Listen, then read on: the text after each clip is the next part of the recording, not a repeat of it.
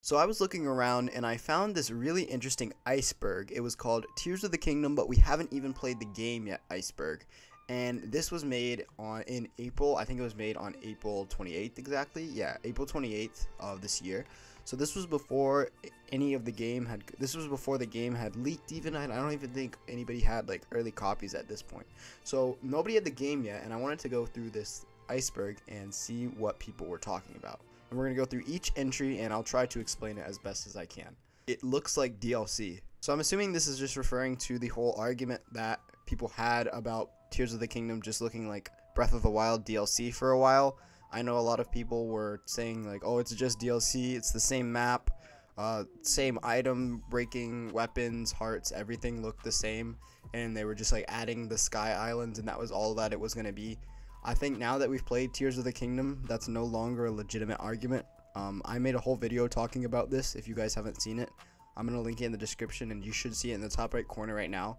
But I don't think this is an argument that anybody can have anymore. There's no way Tears of the Kingdom is just DLC compared to Breath of the Wild. Limited edition Switch. So I'm assuming this is talking about the limited edition Tears of the Kingdom Switch that they came out. I know I saw a few people on Twitter like holding giveaways to give it away, but it was a special. It looks actually really nice. I really did want to get it, but it is pretty expensive for a whole new Switch. But it does look really cool, and it's just the Tears of the Kingdom themed limited edition Switch. Sky Islands. So this is self-explanatory, just referring to the Sky Islands. They were kind of the new aspect that we saw in the trailers for a long time for Tears of the Kingdom.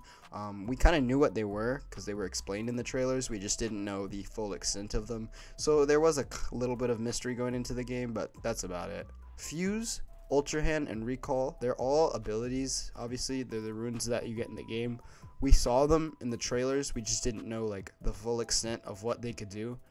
They're probably the most basic of the runes that you get in this game. Obviously, there's the two other ones, but we didn't know anything about the actual specifics of them. Obviously, now we do. Meat arrow meme. So I'm assuming this is the meme that came from one of the trailers where they showed that you could attach items to your arrows for the first time, and they attached meat, and it kind of just became a meme. I mean, you saw multiple people in the community making artwork of Link shooting a bow and arrow with meat on it, but it just became like a funny meme in the community that, you know, you can shoot meat arrows at all your enemies in Tears of the Kingdom, which is pretty funny, honestly. Underground. So I'm assuming this is referring to the depths, because by the time we had the trailer, we only saw a few images of the depths. We didn't really know that the depths per se existed. We saw a few screenshots of Link underground. We just didn't know what they were. So obviously now we know that the underground refers to the depths as a whole and like the entire underground map that we have. However, at this time, you know, none of us really knew much about the depths or even that the depths existed at all. Tears. Now I'm just assuming this is referring to the title Tears of the Kingdom. People were speculating and there were lots of theories about what the tears part of the title actually meant. I don't really know if this has any significance other than just like, you know, the whole theme of the game is, it's kind of a sad theme with Ganon's returning, like Hyrule's crying type thing. But other than that, it's just part of the title. $70 price controversy. So this came from the controversy that they raised the game price from $60, which has been the standard for the last few years for most Nintendo Switch games, to $70, and it seems like $70 is the new standard for games. This created a whole argument on Twitter talking about how it was so unfair that they were charging $70 for this new game, and how if people actually bought this game for $70, that it would just create a big market crash and it would lead to other companies charging $70 for all of their games. While that has a little bit of legitimacy, I think most companies are going to end up raising most game prices to $70 anyway. It's just how the medium works. Game prices have gone up over time. That's just like inevitable. And there were people saying that they were going to boycott it, but I mean, realistically, with the sales numbers that we've seen, I doubt that helped much. So now on to the next level, we have the amiibo. I think this is just referring to the fact that there are multiple amiibo that you can scan in Tears of the Kingdom. You can get certain exclusive items that you can't find normally in the game, and, you know, just a bunch of bonuses. Koroks are back is pretty self-explanatory, just saying that all of the Koroks are back in the game. You're going to have to get all 1,000 Korok seeds once again, do all the new Korok quests, because we saw a Korok in a trailer. Throwing. Now, I'm assuming This is just referring to the new throwing mechanic where you can throw certain items. Instead of just being able to throw your weapons like in Breath of the Wild, now you're able to throw certain items that have different effects. Like you can throw your bomb flowers, you can throw your choo-choo jelly, and they'll have different elemental effects on your enemy. So it was just a new way to attack. The Big Bokoblin. So this is referring actually to the boss Bokoblin, which we now know the official name of, but at the time we didn't know the name of the boss Bokoblin, so people just called him the Big Bokoblin. We didn't know his role. We just thought, you know, it's a new enemy. He's a Big Bokoblin. The Gerudo Desert Sinkholes. So I had to do a little bit of research on this one, but I'm assuming this is referring to the area in the Gerudo Desert where there are sinkholes, and if you get sucked into the correct one, you'll land underground and you'll find a little chest area with the Phantom Greaves in it. I'm assuming this was shown off in some trailer, however I couldn't find it. But other than that, I don't really know what this is referring to, other than those sinkholes that are on the east side of the Gerudo Desert. Demise in the third trailer. So now this one is really interesting. Before we knew all of the cutscenes in the game, there was a short frame shown in one of the trailers from Ganon's back, and a lot of people were speculating whether that was actually Ganon or whether it was a character called Demise. Now Demise is a character that looks very, very similar to Ganon. It looks the exact same thing. He has the same title, Demon King, and he appeared in Skyward Sword. However, a lot of people were speculating whether Ganon and Demise were both going to be in this game. However, now obviously we know, this is just Ganon going through his transformation to his second phase. For the next level, we have Walking Korok. Now this one I honestly have no clue what it's referring to. I looked some of it up and tried to research it. The only thing I can think of is that it showed Hetsu in one of the trailers as, the Walking Korok. But other than that, I have no clue what this one is referring to. The Mysterious Fifth Rune. The Mysterious Fifth Rune, I'm assuming, is referring to Auto Build, which is the only rune that was not shown in any of the trailers. However, I'm assuming that somebody showed a full inventory with the 3 purple things, so people saw it. However, we didn't know what it was. We didn't know what it did. There was no demonstration until you actually play the game. Obviously, now we know that Mysterious Fifth Rune is the Auto Build ability. The Armored Bokoblin. Now this is similar to the Big Bokoblin we saw in Armored Bokoblin trailer. As you know now, when you play through the game, you'll come across certain Bokoblins or certain enemies in the game that have armor. It's kind of rock armor, and you have to take it off of them before you actually want to kill them. Now obviously, we know exactly what that is. Loop Theory.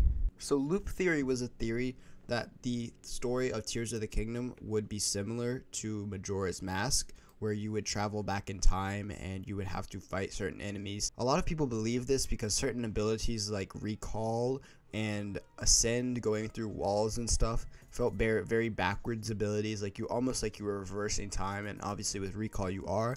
And the appearance of the whole theory behind Demise in the trailer would also back up that fact. Obviously now, we know the story of Tears of the Kingdom. It's not a time loop per se. But this was just the theory that people had before we had all the information we do now. Flame Gleeok. Not really sure what this is referring to, other than the fact that I don't think we knew what the Gleeoks were at the time. However, we did see a Flame Gleeok in one of the trailers, so obviously the Gleeok is an old enemy, so now that was just confirmation that the Flame Gleeok would be returning.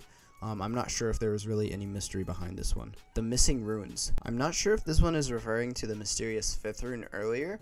However, I don't remember there being a Missing Runes. The only thing I could think about for this one is in a trailer they showed all of the slots taken except one, which I would assume to be the Mysterious Fifth Rune, and people were speculating on what the Missing Rune was. Other than that, I literally have no clue. So Master of Doom is a YouTuber that makes mostly Zelda content. I'm not really sure what this is referring to, other than the fact that he's a YouTuber that does Zelda. I'm pretty sure that's about it. Whistle sprinting is gone. This is talking about the fact that in Tears of the Kingdom, you no longer can do the whistle sprinting technique from Breath of the Wild. Now, if you didn't know what whistle sprinting was, basically in Breath of the Wild, you could hold down the whistle button for your horse and spam X, and you would basically able to be running almost as fast as sprint without using any stamina at all. And you could do this infinitely. It became a really easy strat. I remember I did it whenever I would replay Breath of the Wild. It just made running a lot easier. However, in Tears of the Kingdom, you can no longer do whistle sprinting. It just doesn't work. Strange green tornadoes. So this one, I'm not really sure exactly what it's referring to. However, my biggest theory for this one is that people were speculating about the areas over for the 5th stage, because before you actually do the 5th stage quest, you see that huge storm in the sky, and it looks to be green in color, and you see it almost looks like a tornado in the sky. Other thing that they could be referring to is Rito Village before you do the quest. There's obviously that big tornado in the sky that is blocking off the actual temple itself.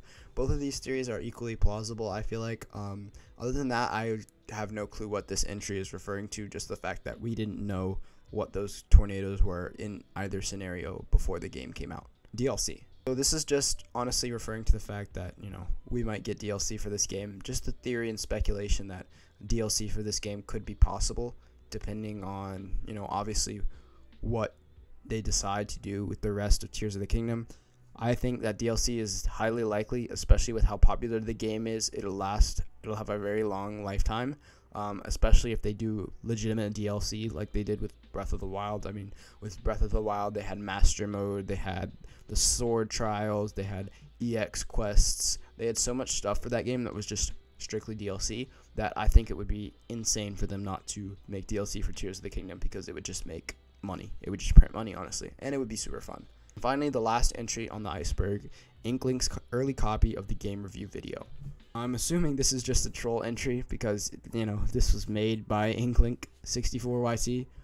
So I'm just deferring that. I'm assuming this is just a plug to his YouTube channel. But anyways, since I use this Iceberg for today's video, make sure to go check out his YouTube channel. Make sure to check out his early copy of the game review video, because, you know, maybe it has some secret mystery hidden in it that I didn't know about. I really hope that some people make a Tears of the Kingdom a legitimate Iceberg. Now that we know all the stuff we know, with legitimate theories about the game and stuff, because I think that would be really fun to go over. But with that all out of the way, I hope you guys enjoyed this video, and I'll see you guys next time.